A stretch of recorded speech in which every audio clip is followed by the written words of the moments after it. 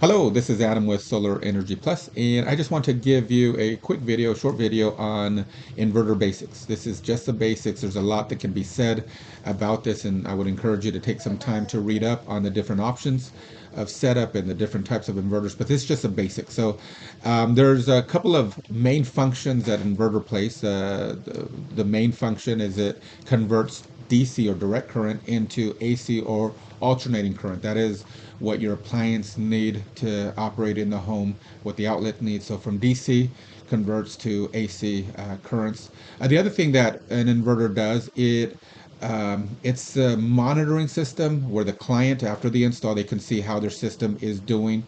It keeps track of the entire system. So those are the two main points, main functions of the inverter.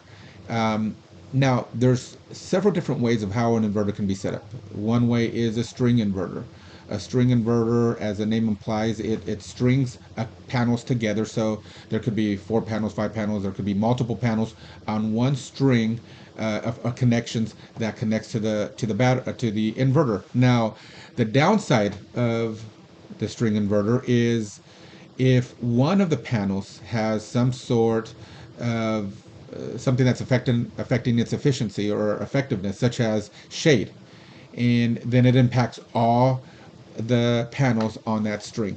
Okay, so if one panel is operating at 50% efficiency, then the entire string of panels operate at that percentage. Now, an inverter does allow for multiple strings, so there could be three, four strings, but if one of them is affected, then that whole string of panels is affected. Okay, so that's one of the downsides of the string inverter. The other thing is that a string inverter has a single point of failure. So because there's only one inverter, if that inverter goes out, the entire system, the solar panel system, quits operating.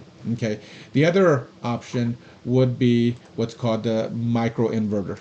Okay. So the good thing or the unique thing about the micro inverter is that every single solar panel has its own micro inverter. So that a couple of things is you have panel level inverting. So if one panel is affected because of shade or for whatever reason, it does not impact the other panels. They're still operating and functioning at 100%. So one of them could be going down and your system's still operating. So there's not a single point of failure because every single panel has its micro inverter. There is more cost associated with this. Depending on the characteristics of the property, this might be the route to go. Now, either one of this, whether the string inverter or the micro inverter, they are tried and tested. So it's not a huge disadvantage one over the other. The string inverter, there's some cost benefit.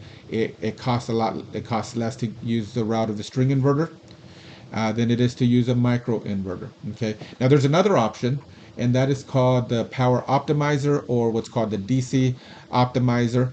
And this works on a string inverter. So it's a cross between a string inverter and a micro inverter. And what I mean by that is that it still operates on a string inverter, but every monitor has its DC optimizer. So it has the benefit that if one panel is not operating at 100%, it does not affect the other panels. Now, where it's similar to a string inverter is they are still that single point of failure. So if the main inverter goes out, then your whole system is not going to be operating. Okay, so those are the three main ways of how an inverter can be set up. There's other options. There's what's called battery-based inverters. If you have somebody, these are not going to be very common, but if you have somebody that's getting an off-grid system, let's just say they're up in the mountains, they have a cabin, or for whatever reason they want an off-grid system, then they would get a battery-based inverter. So again, there's a lot more that can be said about any single one of these setups, but it gives you enough information to just know the basics of the inverters. Hopefully this has helped somebody. If you have any questions, please feel free to reach out to myself or Isabel, and we'd be glad to help. All right.